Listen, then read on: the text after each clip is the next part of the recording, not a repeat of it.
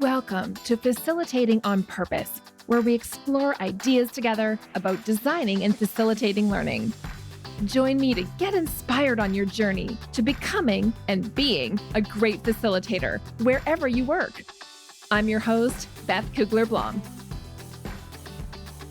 Hello, thank you so much for choosing to listen to this episode. This is episode 17, Reaching Inward and Outward as Facilitators. In this episode, I talk with Kirsty Lewis. Kirsty started something called the School of Facilitation that supports and encourages facilitators and trainers around the world. And I'm so lucky that in this conversation, I was able to ask Kirsty about how she started as a facilitator, how she grew herself and her career in coaching and facilitation. And she is really honest with me about some of the challenges around that and some of the inner and outer work that she did to be able to really create the kind of work and life that she has wanted to for herself. So if you're in a transition period, or you're wondering what the next step of your career is for yourself, or even if you're just a facilitator moving along wonderfully in your work and you want to hear from somebody else what their journey has been like, I think you are going to enjoy my conversation with Kirsty.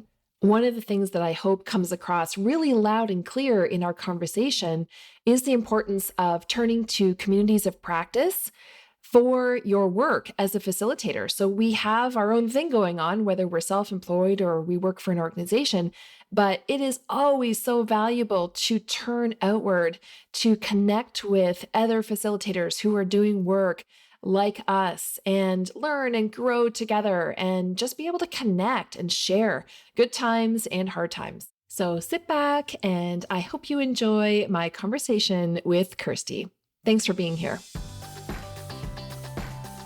Kirsty, thank you so much for being with me today. It's lovely to see you again. Thank you. It's good to be here. I'm excited about our conversation today because I think we'll be talking about something that's probably very personal to both of us. It's really about, all of our facilitation journeys, isn't it? How do we kind of start in this role and where do we go what do we do as we go along the way of it? So thanks for coming and sharing your experience and some of the neat things I think you're doing with the communities of practice that you're leading.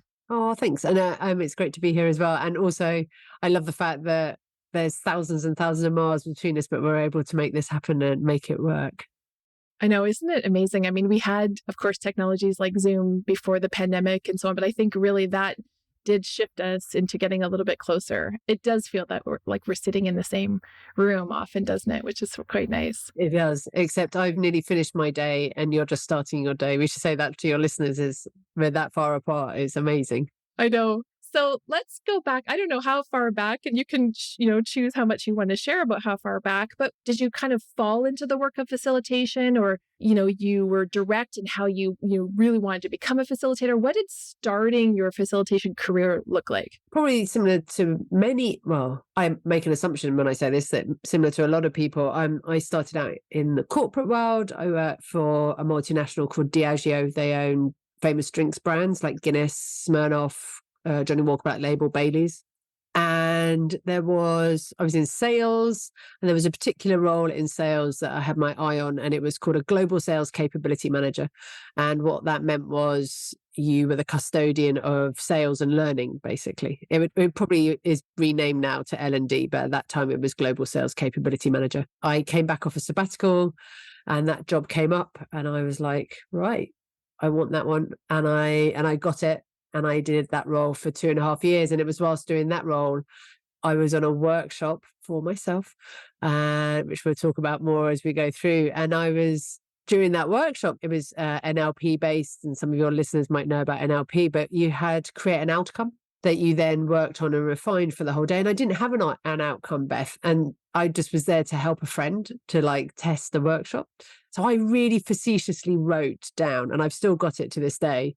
It's the 7th of April, 2009, and I am an NLP coach and facilitator and earn £5,000 a month. Well, that felt totally outrageous and utterly ridiculous because as far as I was concerned, I was happy working in the corporate world and that's where I was going to stay.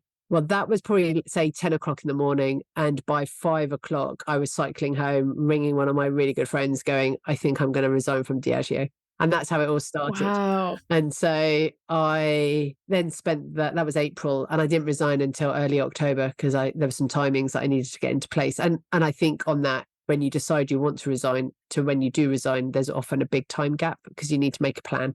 Yeah. Yeah, don't jump, people. Don't jump until you're ready, or unless you have decided that you're going to get a payout. I wasn't getting a payout because I was just resigning. So yeah, that's how it all started. And that was 15 years ago. What a powerful workshop. I mean, you had no idea what was going to happen, and it changed the course of your life. I love that looking back on those pivotal moments, right, where you don't really realize what you've just stepped into that day. I think we should define NLP. So is it neuro-linguistic programming? Neuro-linguistic programming. It is a concept that came out of California in the 70s, and there's a lot of people who use it in coaching. Many people don't name it anymore. We just use it. But it looks at the language we use, the linguistic part, the neuro, so what is our brain doing and why is our brain acting and behaving the way it does, and then the programming, which is often about modeling and your behaviors. But in essence, if you looked at it and what you did and what you studied, it is a lot of what we do in coaching world of what's your identity? What's your purpose? What are your values and your beliefs? How do you use your body language? How do you build rapport? How do you listen? How do you ask questions? And then they just have a lot of very cool, I don't know what you call them, activities, exercises to help unlock limiting beliefs, limiting patterns of behavior, like anchor yourself. So when you decided to make that leap, were you still growing in your training and facilitation skills? Oh, God, yeah. Very much. Yeah. Okay. Very much. Very, very much. It's 15 years ago. So I'm very comfortable running 2 or 3 types of workshops that were sales orientated and a bit of coaching and line manager orientated. I knew I could do it. But yeah, that was it. Who did you turn to when you made that leap? Did you recognize that there was, external work that you had to do and maybe internal work as well? Yeah. So when I knew that I was going to make the leap, I got myself a coach because I knew I needed to talk things through and work things out. And I wasn't too sure what that meant or what that looked like. I also I called them my cheerleaders, and there were some key people that I could speak to. I also had the elders. I had like 3 or 4 different types of people that I went and spoke to externally outside of my head for advice and guidance. Oh, so necessary, right? But it sounds like you did some inside your head work as well. Can you tell us a little bit about that? Because I've just done a podcast episode on self-doubt, and I think kind of that leap of, you deciding to make that big change, like that is a hard thing for a lot of people to do that. I'm just thinking, I wrote a blog on this. So I had my elder, so I spoke to someone who was 10 years ahead of me on the journey, and she's still my mentor now, Helen Jane Nelson. She's an amazing shamanic coach, wise elder now. And so sitting and talking to her about what I was thinking and doing, and she held space for me to break down, cry, question my sanity, and then walk me through and guide me through different dialogues with myself. Another friend, Ben Lewis, he was very much the ears, and he would listen, and then he would ask me lots of questions and make me think about financials, or how was I going to sustain living, and what would I do if I knew I was going to leave. I then had cheerleaders, so they were my friends who, whilst were enthusiastic for me, they weren't going to help me sort out my thinking, but they were just there to support me and just cheer me on. And then I had people who were ears. And so a guy called Richard Bellars was brilliant at that. So I could ring Rich at any time, and he would just sit and listen to me. And then he's a coach and a facilitator. So he just knew what questions to ask me. Yeah. I love how you're giving them different terms like cheerleaders and ears. And is that terminology that you're just coming up with now, or do you No, I've written a blog on it, and I'm just trying to remember the different types of people that I had at that time to help and support me, because I thought it was, and maybe I just didn't realize it at the time. That's just my natural style, though, is to go out and find people to help me at those points of transition, because I know I can't do all the work on my own, and I haven't got all the answers, and I think that's really important. And it sounds like they were helping you do the inner work. I mean, some of it was probably advice, but some of it was those great questioning skills and listening. Yeah, absolutely. I used to work in volunteer management. And so part of what, the arc of volunteerism was kind of looking like at the time, it's been a bunch of years since I've been out of that field particularly, but was how people were volunteering in more kind of consulting roles and so on. And I was thinking then that we all should have more volunteers kind of supporting us in our life, like in our career, in our life. And what would it look like to kind of put together advisory committees, kind of like what you're talking about, that, these mentors, we wouldn't call them volunteers, would we, but just surround ourselves with those people, that different people have a different function for us. Somebody's good in finance, somebody's good in asking good questions. That probably leans into the conversation we're having today, in that doing the inner work to then be okay and successful in your outer world is probably just quite innate within me. I think it's just a really, I've seen how it's helped me grow, develop, settle, calm, transition, or come through sticky situations. So as facilitators and trainers and coaches, we need to do that inner work. Otherwise, how can we stand up and authentically invite others to participate in workshops or activities or dialogues and conversations that might be asking them to look at themselves or behave in a certain way? Yeah, behave in ways that are feeling uncomfortable for them sometimes even too, right? Like brave, courageous things we're asking individuals and groups to do. So we have to do that work ourselves. Are there things that you can share with us about what that inner work has looked like for you over time? Are there, some things that you'll probably remain private for you, but no, what would you share? I'm very open. I'm laughing because when you're in the world of work and you're having like one-to-ones with your boss, my bosses were always like very focused on the what you did and how you did it. And so what would often be the numbers in the world of sales and working with particular customers, but then the how is often all based around, your behaviors, your values, the softer skills. I still laugh now because I would always go ready, prepared for those meetings to do both parts of the conversation, but would always want to just talk about the how. And I remember one of my bosses, Pat, just going, Kirsty, you've got to do the what as well. And I'm like, oh, it's just so boring. He's like, yeah, but that's your job.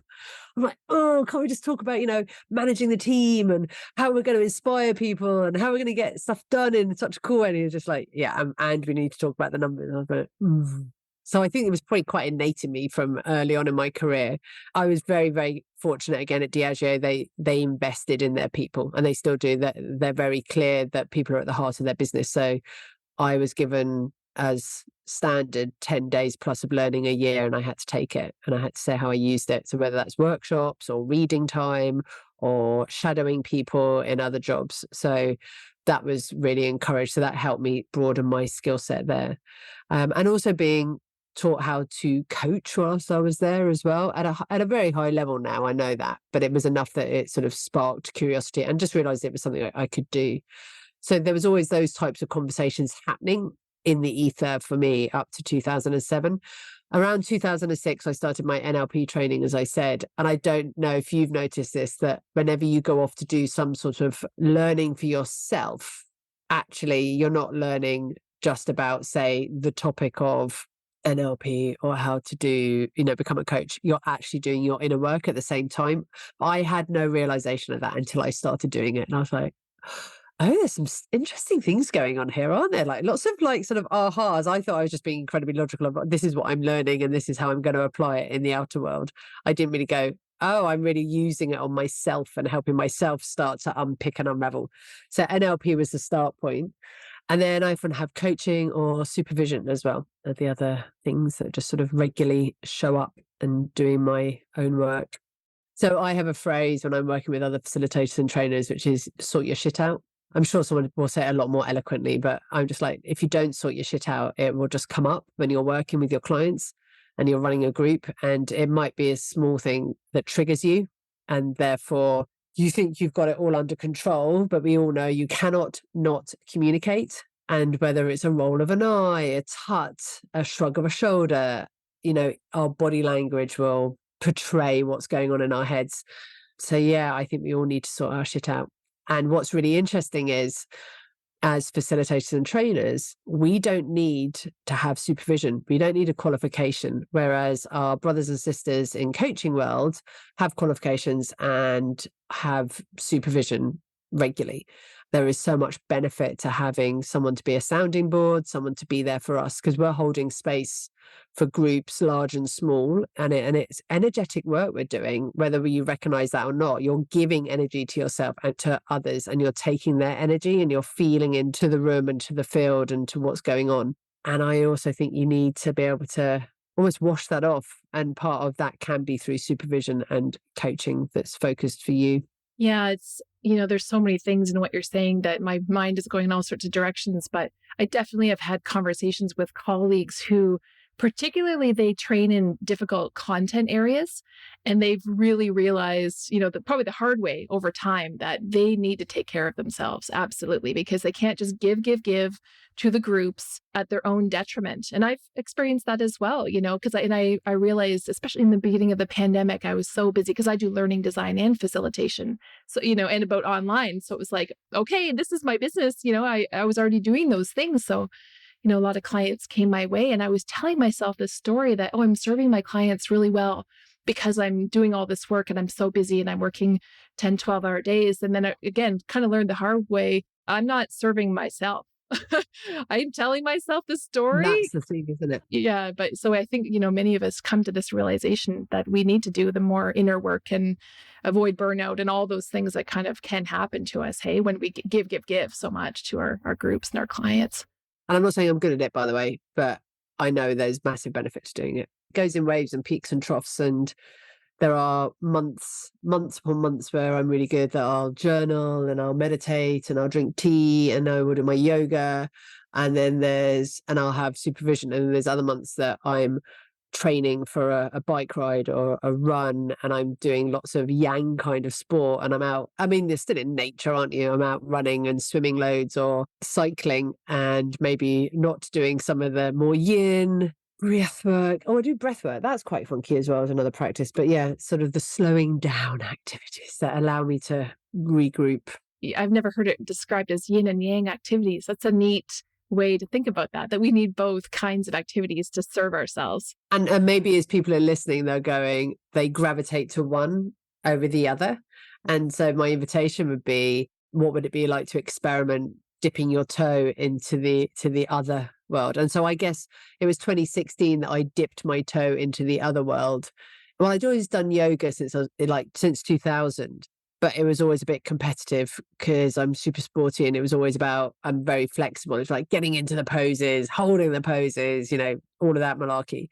But in 2016, I was at the Do Lectures, and someone ran a breathing session, and I'd never done anything like that before. And that really inspired me, and did some breath work. And that was a real eye opener. And then I discovered Insights Timer, which is a free app, and they have lots of meditation, breathing, yoga and movement offerings on there, and it's free and it's really beautiful. And yes, you can honor the teachers. If there's sort of one teacher you always go to time and again, you can pay them if you choose to, which I think is great. It was only 2016 started weaving that all into my world. And again, that's another dimension that's helped like calm me down probably. And then there's age. I think as we get older, suddenly we go, oh, maybe rushing around all the time, trying to fit everything in isn't sustainable. My body doesn't quite like it. My brain certainly can't cope with it.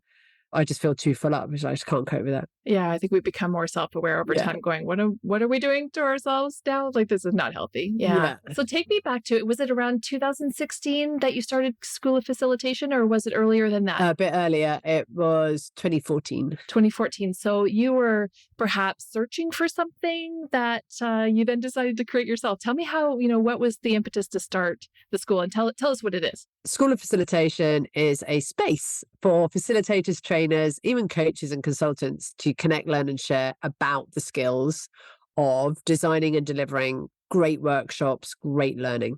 It all started though, again, back when I worked at Diageo, there was a time where we all had A4 workbooks or day books, as some companies call them. And I used to write in the back of the day book what made a good workshop whenever we ran workshops. And I'd watch other people, or I would be looking at my own stuff, and I'd be like, well, yeah, you need this kind of space, and you need windows, and you need daylight, and those questions don't work. That activity really seemed to bring the group alive. Oh, the afternoon session was really dull and boring. And so I'd always noticed that. I didn't know there was such a thing as design and structural design, like what that was all about. And for quite a while, I carried on, even when I left the world of Diageo, whenever there was an opportunity to do like a train the trainer, I was always the first to say, oh, I'll run that, because I found it really fascinating being able to coach people and give that feedback. And then I remember being at my kitchen table in London and just thinking, I'm getting a bit bored, and I'm a massive extrovert and I need people around me just to bounce ideas. And I was like, oh God, I don't have a team anymore. I don't have people to talk to anymore.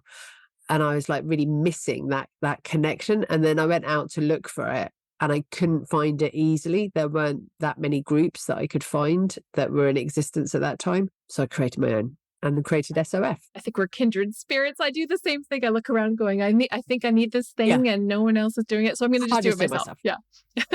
I was working with the systemic coach at the time. So it was something that was sort of birthed. And I look back now, it was a nine-month gestation. And we had the first, what would now be called a gathering, but it was a breakfast meeting in London in August 2014.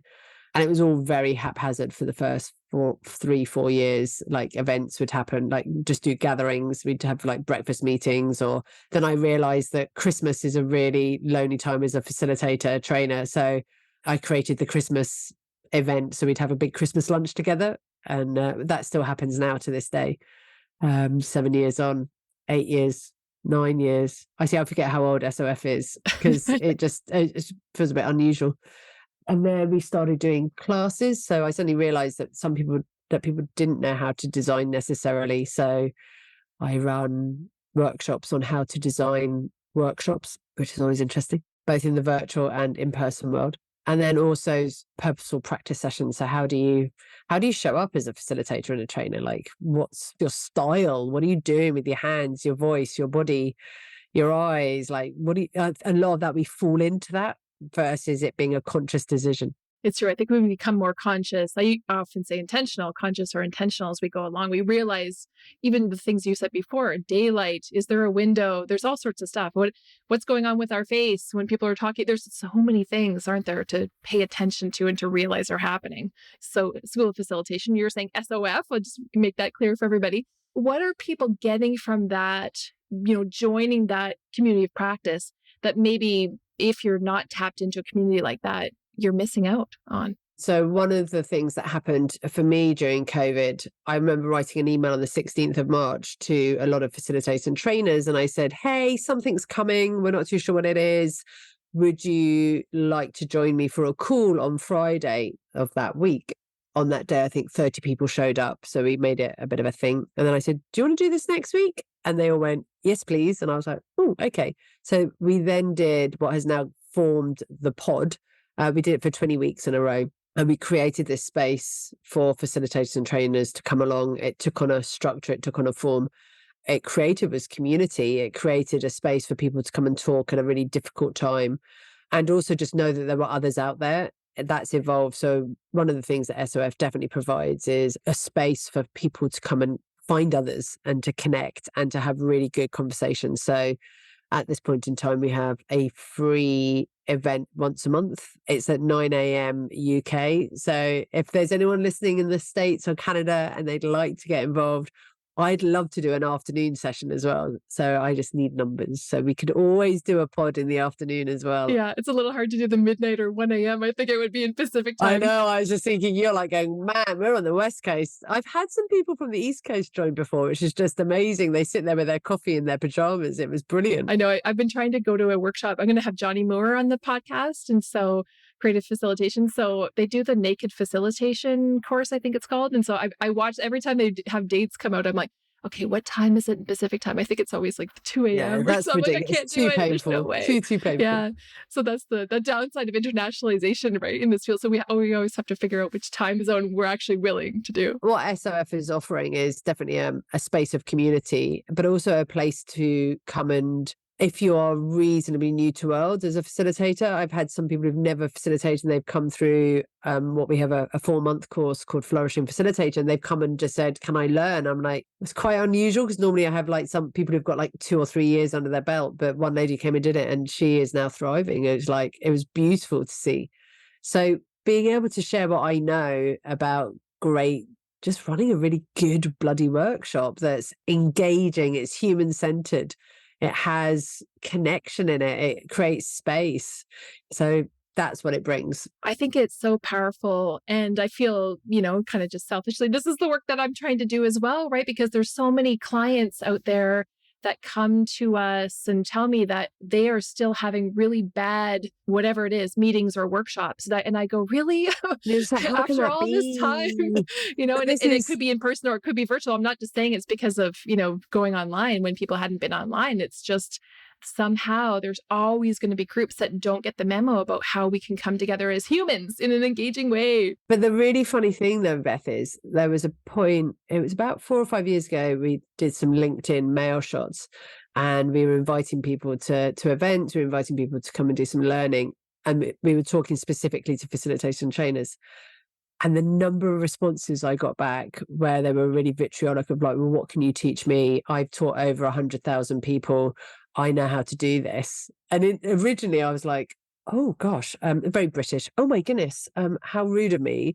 And then I was like, hold on a minute. If I've triggered that response in you, that sort of says to me there's something that needs to be looked at there. Yeah, exactly. This sort of defensiveness, right? Yeah. And also, just because you've taught thousands of people does not make any of us good at what we do. So I think there's a bit of a humbleness of actually, maybe I do need to just like lift the bonnet on my own skill set, lift the bonnet on my behaviors or my emotions or my thinking and go, well, what else could I be doing? What else is out there? How could I stretch myself? Like, what else could I learn? Because let's be really honest, facilitation and training has moved on from train-attainment and edutainment, as I still sometimes hear and see in Asia and in the Middle East. I'm like, no, that's not how we operate. Things have changed and I think we have to go with it. So the biggest change we've all had in the last 3 years is obviously becoming virtual and learning to run workshops virtually. So that would be a big obvious shift. And so when people said, I want to learn how to do virtual workshops, like, brilliant, come and learn that.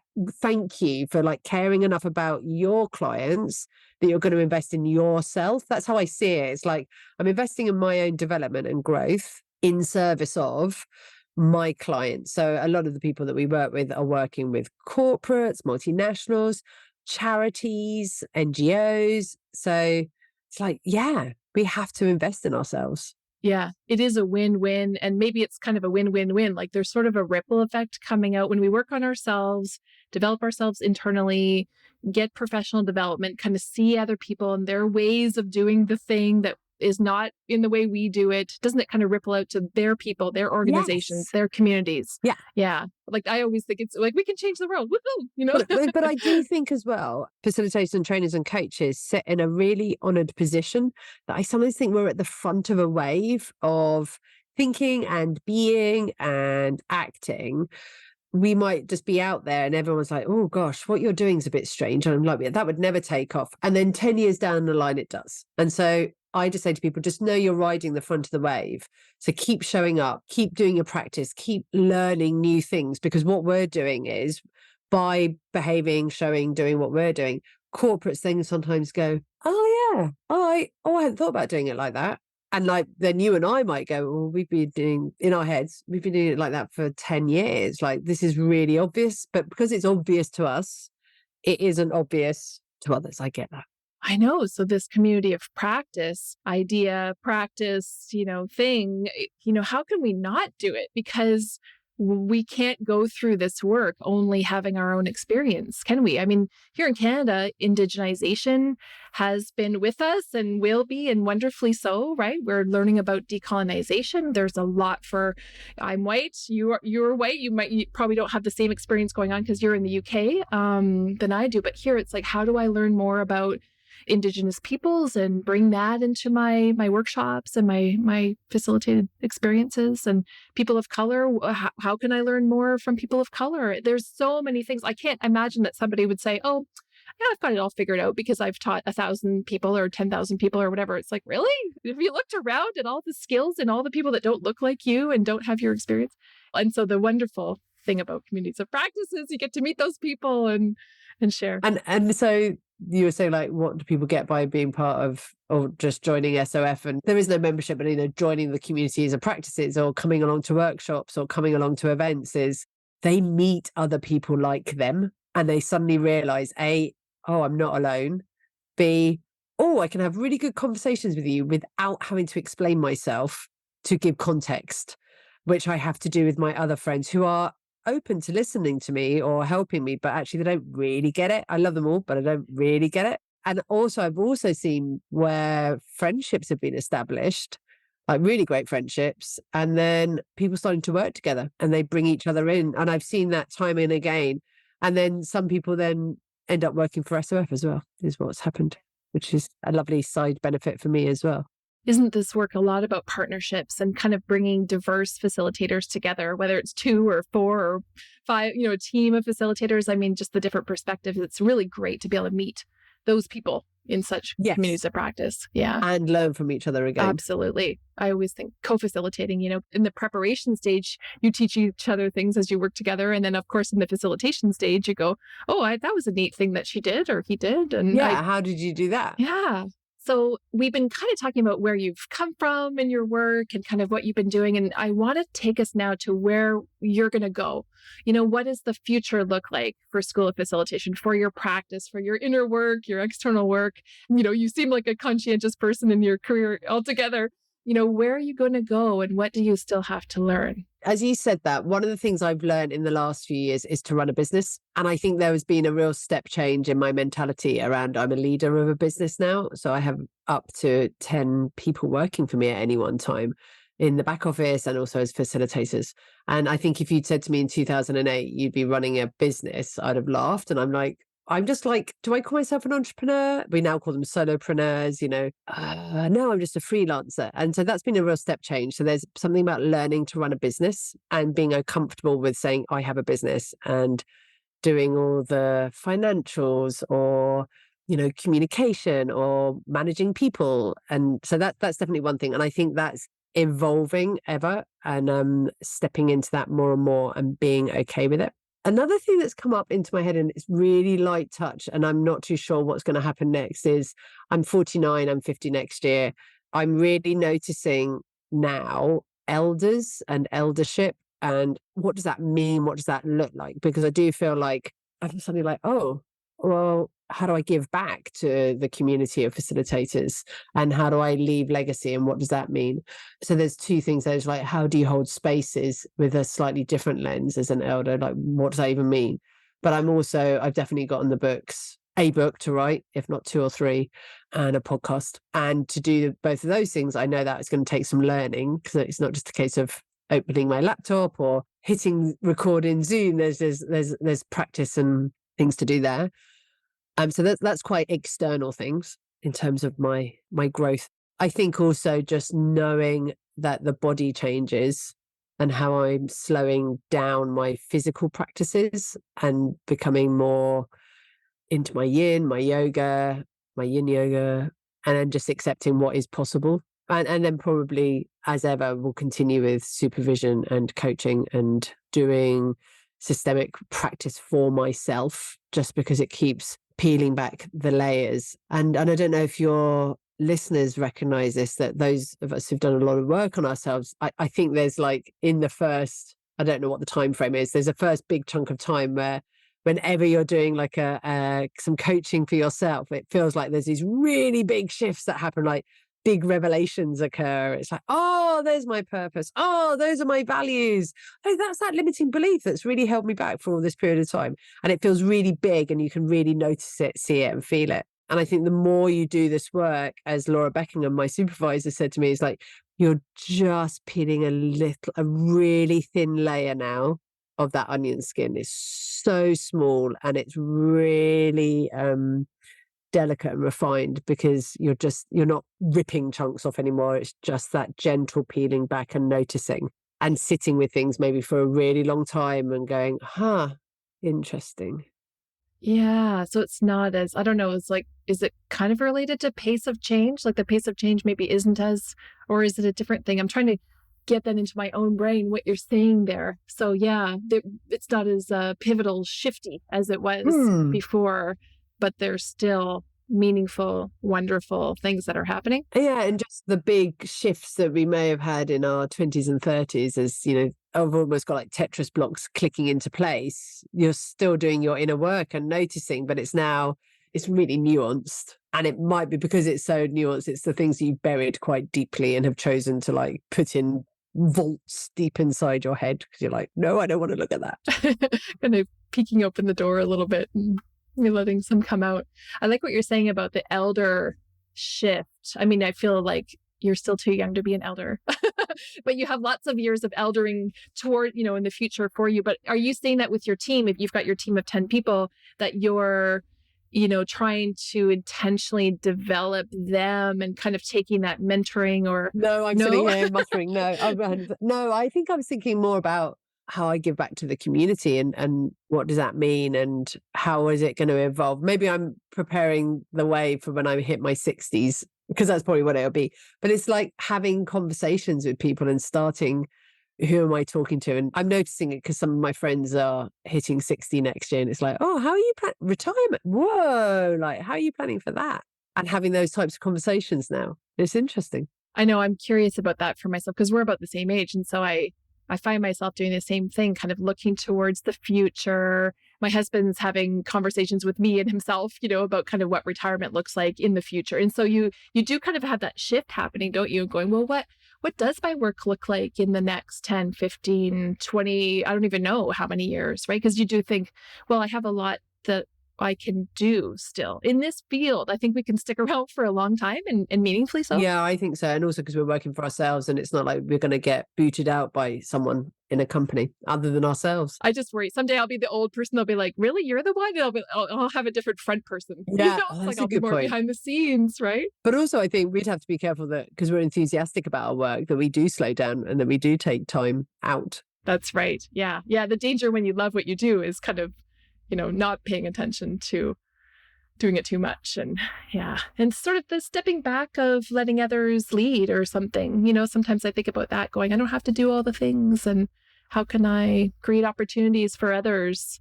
Yes. Whether they work with me or they're just people we're partnering with or whoever. People that have not had opportunities like I have in my career so far. It's like a journey of self-awareness I think we've been on in our episode today, thinking about your career and kind of all those. I mean, we just scratched the surface, I'm sure, right, of the things that you've kind of gone through. But it's been neat to hear about your journey and where you've kind of reached inward and reached outward to support you, and then the things that you've created along the way. Yeah, it's quite fascinating. Yeah, it's been lovely. A good reflective conversation.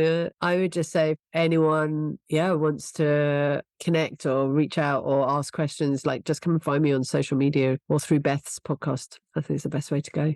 Absolutely. We'll put your contact information in there. And I would say people don't do that enough too. Oh, no. Thank you for saying that, right? Come say hello. Yeah.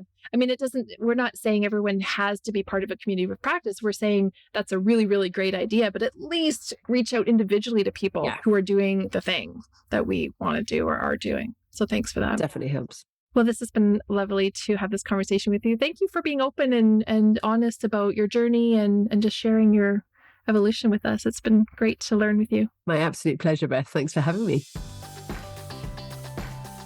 I so appreciated my conversation with Kirsty, and I was serious when I said I truly feel that she is a kindred spirit around both of our natural tendencies, I suppose, to create communities of practice where we see one needs to be created. I have created several communities of practice over my life and my career, and not just always work related. I had a baby sightseeing group when my daughter was really young, and I just wanted to get, new parents together and go around and do fun stuff with our babies. So I guess she and I do the same thing where we see a need for people to come together about something, and if nothing exists already, we like to create it. And particularly for facilitators, this is so necessary, as we've already said, for our work. Get together with other people that do what you do and share and learn from each other. I also appreciated hearing from Kirsty about her growth as a facilitator herself and what that has looked like, at least in part, over the years, that we talked about in the conversation, but also hearing from her about what's coming next. How does a person in maybe the second half of their life or later in the career turn to being a mentor for others or giving back to the community in some way?